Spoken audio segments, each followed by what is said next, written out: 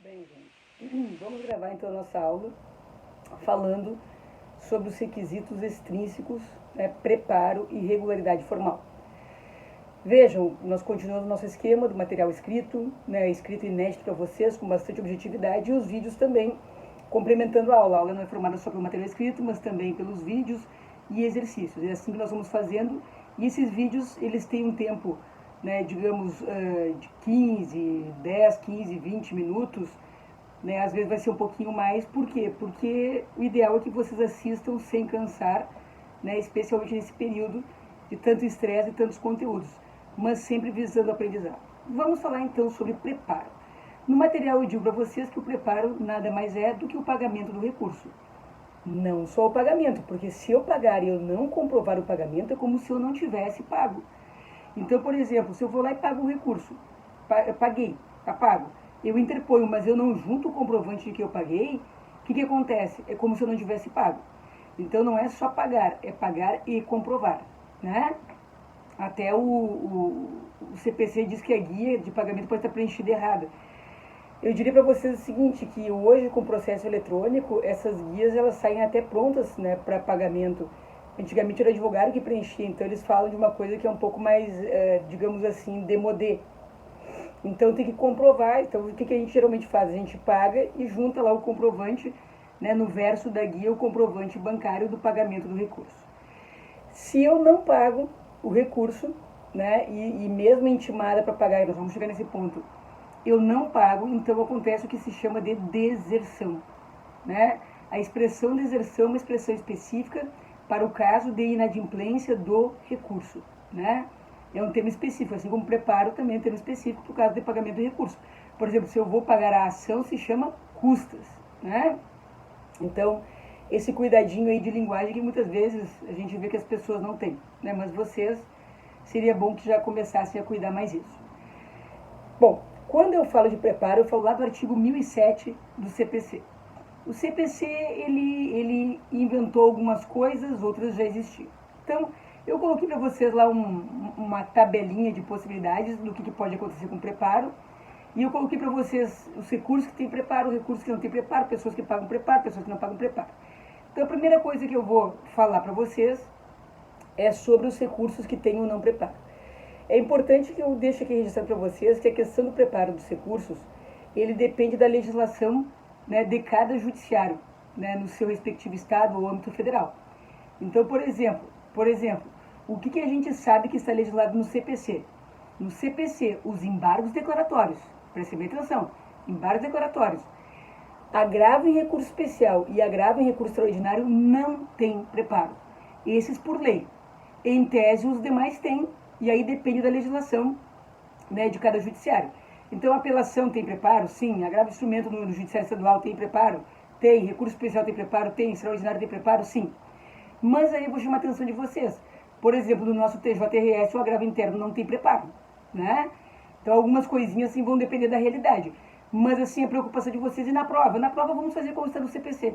Né? Na prova, o que eu estou dizendo para vocês? Embargos declaratórios não tem, agravo em recurso especial não tem, agravo em recurso ordinário não tem preparo. Em tese, os demais têm, tá? Então, essa aqui é a questão dos recursos que tem preparo. Bom, e aí vocês vão dizer assim, e o preparo é caro? É que depende muitas vezes da maneira como se calcula pelo valor da causa, né? Vocês querem ver uma coisa que é muito interessante, o recurso inominado do juizado especial. Vocês já devem ter ouvido falar que o juizado especial, o famoso pequenas causas, que não se chama mais assim desde 95, lá é tudo de graça, né? Mentira. Porque quando chega na hora de recorrer, a partir do momento que a pessoa não se conforma com a sentença, que ela quer partir para o recurso inominado, ela vai ter que começar já a pagar.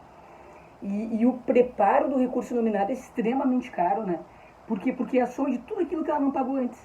Então, por isso eu digo para vocês, qual é o valor do preparo? Depende dos critérios que são lançados por cada judiciário para chegar, né, nesse valor. Então, vocês vejam, hoje eu já tive caso de recurso inominado no JEC, né? De R$400, R$500, R$700. E por que tão caro? Porque a maneira como eles acham lá para cobrar é a soma de tudo. Já na justiça comum, uma apelação, algo, né, assim, são valores mais baixos.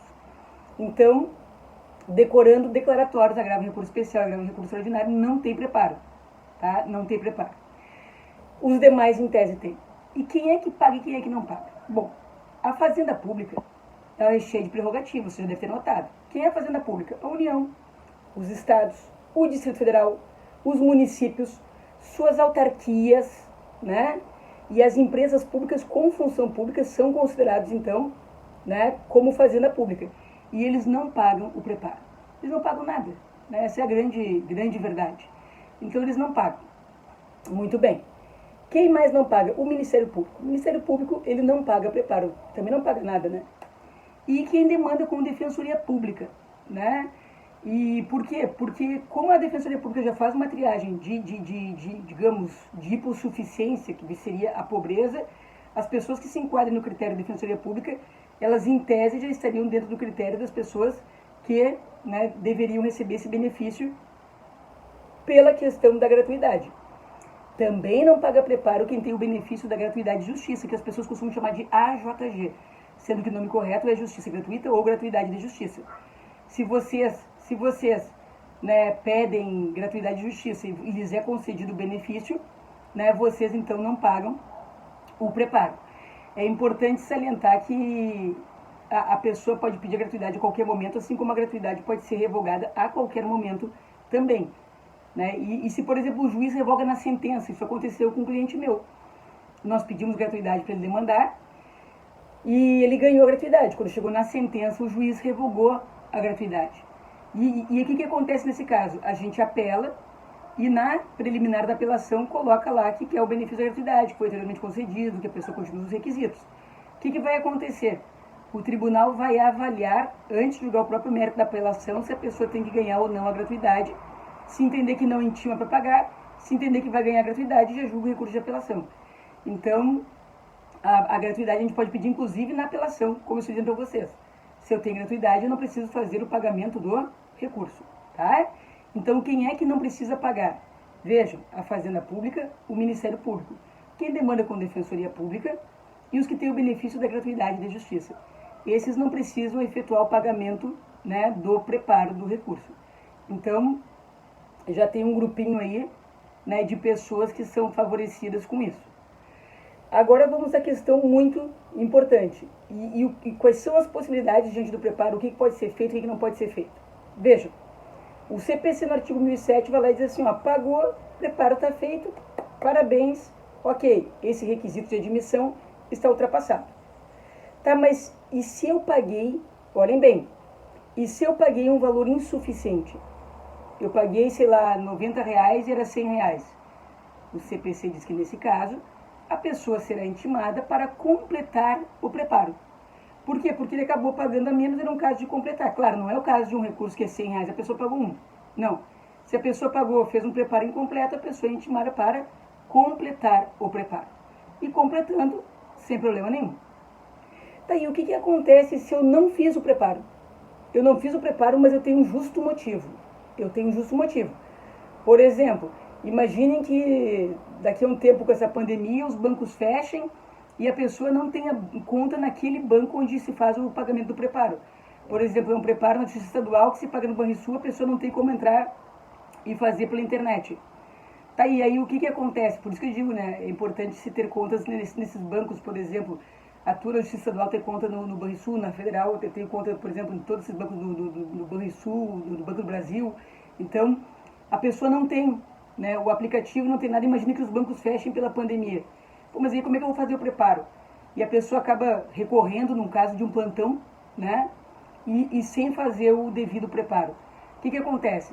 Se ela provar que tem um justo motivo para não ter feito o preparo, ela provar que tem um justo motivo, o que vai acontecer? Eles vão intimar, entendendo que há um justo motivo, para que ela, assim que possível, faça o preparo. E aí ela vai pagar o valor normal do preparo. Se, por exemplo, o preparo era R$100, ela vai lá e paga os R$100 sem problema. Então, vejam, se a pessoa deixou de efetuar o preparo por um justo motivo, e ela comprova o justo motivo, o judiciário entende que é o justo motivo, perfeito, né? Ela é intimada, então, para quê? Para fazer o preparo do valor normal, né? Que seria o valor do recurso. Isso é diferente da pessoa que não faz o preparo e não tem o justo motivo. Simplesmente a pessoa não fez, ou de repente porque não sabia, Uma vez eu estava dando aula, barulho de avião, desculpa, isso acontece, né, gente? Nós estamos aí, é um helicóptero. Nós estamos aí gravando em casa, a gente pede desculpa, por exemplo, há pouco estava o meu cachorro ali latindo, querendo atenção, agora passa um helicóptero. Esses dias eu estava já no finalzinho de uma gravação e passou uma moto. Então isso acontece na espontaneidade do momento, né? A gente está aqui, eu estou aqui na sacada do meu quarto gravando para vocês, que é o mais longe possível de tudo. A gente se aproxima das nossas intimidades nesse momento, porque é um momento atípico, né? Então, eu trouxe meus pais aqui para casa, então é um movimento diferenciado. Então eu vim aqui para os fundos, que hoje fico o meu quarto, a minha sacada para gravar, para ter mais silêncio, e aí me passa um helicóptero desse. Mas vocês entendem, né? Pelo menos vocês passam a conhecer a gente um pouco mais, assim, né? Como eu tenho recebido um retorno no Mudo, no WhatsApp, e a gente, né, vai criando esse vínculo aí da pandemia. Mas voltando, eu dava aula uma vez em Caxias do Sul e eu falei, né, olha, tem que fazer preparo, tal e tal. E uma moça disse assim, mas eu fiz um recurso hoje e apresentei o recurso, eu interpus e não fiz o pagamento do preparo. E ela é advogada. Eu falei assim, mas que recurso é apelação? Eu falei, apelação tem preparo, mas por que não fiz? Ela falou assim, porque eu achei que não tinha. Então, quer dizer, é esse tipo de gente que não tem motivo para não ter feito preparo, porque o fato dela saber que não tinha não é justo motivo. Vocês concordam comigo, sobre a ignorância pessoal dela. Eu falei, mas a apelação sempre teve preparo, tinha que ter feito. Então, nesse novo CPC, eles acharam uma maneira de perdoar, né, esse tipo de erro. Se a pessoa não fez o preparo sem motivo, por ignorância, porque não estava afim, sei lá, porque não fez o preparo. O que acontece? Eles intimam para que ela providencie o pagamento do preparo em dobro. E ela fazendo o pagamento do preparo em dobro, então, né, o recurso vai ser admitido. Então, se o recurso é R$100 e a pessoa não pagou sem motivo, não tinha motivo justo, né? O que acontece? Eles intimam para pagar o dobro. Pagou em dobro, está perdoado. É estranho, eu não gostei dessa novidade do CPC, vou dizer para vocês, porque isso daí premia quem é desidioso, quem é descuidado. Eu ainda... E tem gente que consegue errar. Uma pessoa me procurou para saber como é que estava o processo dele, tal e tal. E quando eu olhei, eu me choquei, porque no processo dizia assim, não houve pagamento do preparo. E mesmo intimado para pagar o dobro, não foi providenciado. E o sujeito, coitado, nem sabia disso, né? E eu tive que contar para ele, olha, o que aconteceu é que teu recurso foi inadmitido e era uma apelação. E a sentença, consequentemente, você não foi julgado. Ele ficou chocado. Eu tive um outro caso que eu tinha ganho lá uma liminar, mas aquela advogada, sério, não estava bem, coitada. E o que aconteceu? Primeiro que ela interpôs o recurso intempestivo. E além de intempestivo, ela não providenciou o preparo. Então o tribunal intimou ela para providenciar o pagamento em dobro. E aí quando ela foi fazer o pagamento em dobro, ela não fez em dobro, ela pagou só um valor, quando tinha que pagar o dobro. E aí quando eles disseram que estava inadmitido por, né, intempestividade, tudo, ela ainda foi discutir a questão e disse que não sabia que tinha que pagar em dobro. Mas eles escreveram, por mais que ela não soubesse pelo CPC, deveria saber, porque estava escrito no despacho ali que intimava. Então, é uma novidade, por um lado é bom, né, porque não pune rigorosamente, mas por outro lado é ruim, porque o advogado desidioso acaba se favorecendo dessa facilidade de pagar em dobro. Então, o preparo é essencial para a admissão do recurso, né? É mais um requisito de admissão. E o nosso último requisito de admissão é a regularidade formal. Eu não tenho como explicar para vocês, né, cada regularidade formal, porque nós vamos ver em cada recurso em espécie. Mas eu comentei com vocês que a regularidade formal nada mais é do que o quê? Do que o procedimento do recurso e a peça. Procedimento e peça, procedimento e peça. E o que acontece? Nesse procedimento, nesses requisitos, né, de peça, de como fazer, pode ser que a pessoa erre. O novo CPC diz, eu botei no material de vocês, que se for um erro sanável, não precisa inadmitir o recurso de cara. Vai lá e intima a pessoa para sanar o vício. Por exemplo, a pessoa deixou de juntar uma peça que era importante. Ele mencionou algo que era importante e deixou de juntar. Então o CPC diz assim, não seja tão severo. Se for um vício sanável, sana. Agora, se a pessoa, por exemplo, fez uma peça, como já foi julgado pela STJ, cujo vício é o conteúdo, porque estava mal fundamentado, o STJ já disse, isso não é um vício sanável. Por quê? Porque se a fundamentação está incompreensível, isso não é um vício sanável. e, consequentemente, então, o recurso inadmitido.